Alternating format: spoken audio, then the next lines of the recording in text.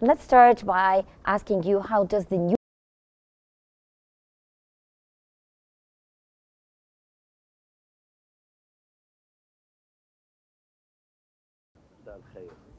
Good evening.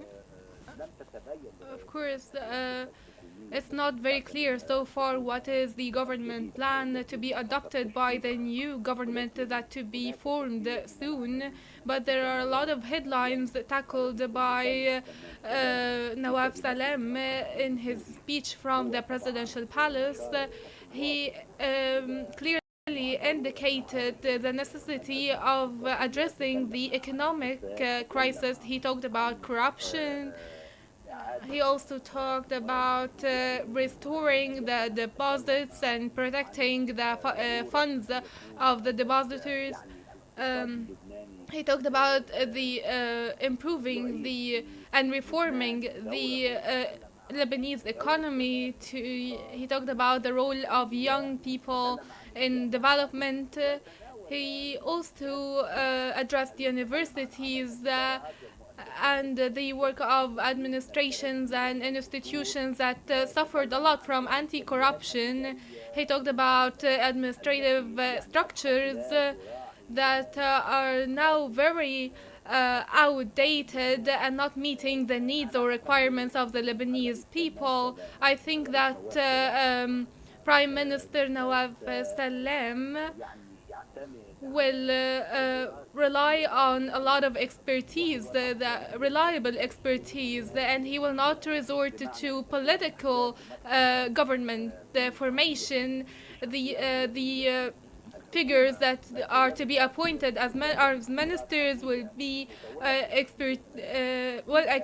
have a lot of experience in economics, and financial affairs, reforming administration, taxes, and providing good governance. That's why with the new Prime Minister Nawaf Salem, the Lebanese people are hoping for a good government up to their expectations to address all the Lebanese challenges, as the population has been suffering for years, which led to the deterioration of the services sectors and the administration deterioration in the state. Sir, what are some of the key issues that the Lebanese hope Prime Minister Salem will actually address first? What are the priorities?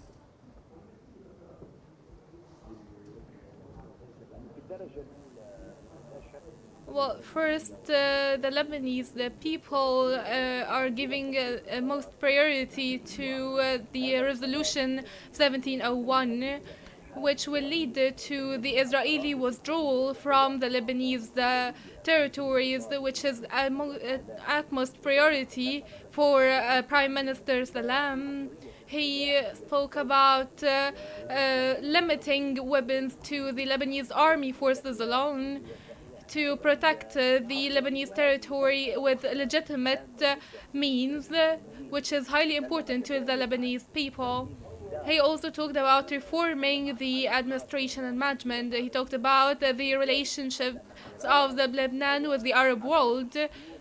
He talked over and over about the constitution and applying and committing to the constitutional principles. He pledged to give a complete legitimacy to the Constitution, tackling the different aspects and gaps in the Constitution, and he will restore the respect to the constitutional principle in ruling. He also talked about political engagement in Lebanon. I talked about representing the Lebanese people with all of its segment in the institutional bodies of the state. He talked about sectarian tensions and reconsidering all constitutional institutions and the independence of these institutions. The Prime Minister will not become once again serving one side, or will not become the weakest link. So that's why it's very important applying the constitution and the hiring cadres and qualifications in the government, because it tackles all the political and economic challenges, um, because before these challenges led to the deterioration of all state institutions. The Lebanese people are waiting for restoring peace and reconstruction, which is a very vital issue. The reconstruction, there are tens of thousands of Lebanese families without shelter now. So this is a very highly important Yes. issue. So, given that Nawaf Salam's background as head of the International Court of Justice, how might this international experience influence Lebanon's foreign policy and relations with neighboring countries?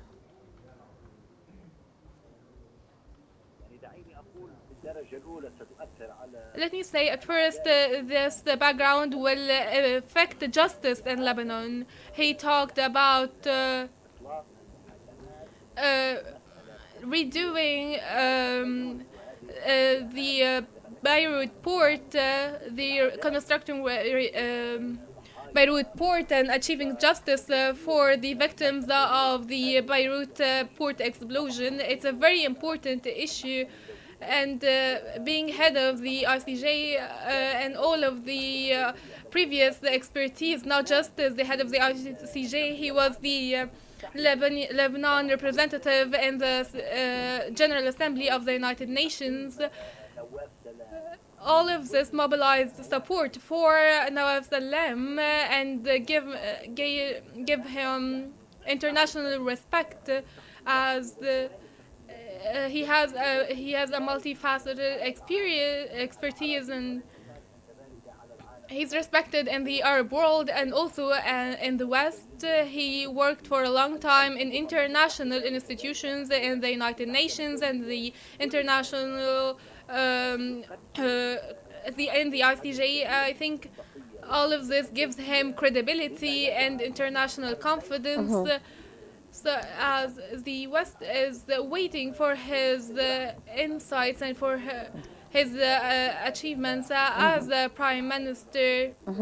Thank you very much. That was Managing Director of the Regional Forum for Consultancy and Studies, General Khaled Hamed. Thank you very much for joining us here on Q News.